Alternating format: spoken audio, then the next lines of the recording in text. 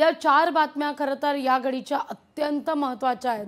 दिल्ली स्फोट प्रकरण आणि या स्फोटानंतर मात्र ठिकठिकाणी कारवाईला सुरुवात झालेली आहे। अनेक धागेदोरे हाती लागताना दिसतात। काही डॉट पॉइंट्स जर आपण म्हटले तर ते काही आगामी काळात जोडले जाण्याची शक्यता देखील वर्तवली जाते। सुरुवातीला बातमी आता असं कळतंय की स्फोट जेव्हा दिल्लीत झाला तेव्हा त्या गाडीत ही जी व्यक्ती दिसतीये, सुरुवातीला जे सीसीटीव्ही फुटेज समोर आलेलं होतं ती व्यक्ती उमर नामक व्यक्ती होती आणि ती दहशतवादी होती असं आता स्पष्ट झालेलं आहे। दुसरी जी दृश्य आहेत ती डॉक्टर मुझबिल गेनीची आहेत। मुझबिल गेनीनं लाल किल्ल्याची जानेवारीतच रेकी केलेली होती। प्रजासत्ताक दिनी या ठिकाणी घातपात घडवण्याचा इरादा होता असं देखील आता माहिती समोर आलेली आहे।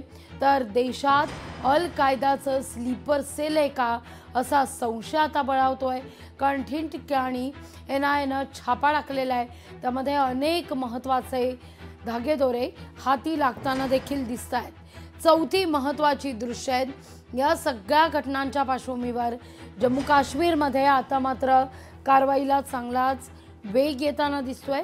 जम्मू काश्मीरमध्ये 300 ठिकाणी थोड्या नाही तर 300 ठिकाणी छापा टाकण्यात आलेला आहे। यामध्ये अनेक गोष्टी हाती लागताना दिसत आहेत। दिल्ली स्फोटानंतर मात्र अनेक ठिकाणी चौकशी आणि खुलासे होताना दिसत आहेत। या सगळ्या बातम्या आपण विस्ताराने पाहूया। लोकशाही मराठी ऐका, पहा, जागरूक रहा।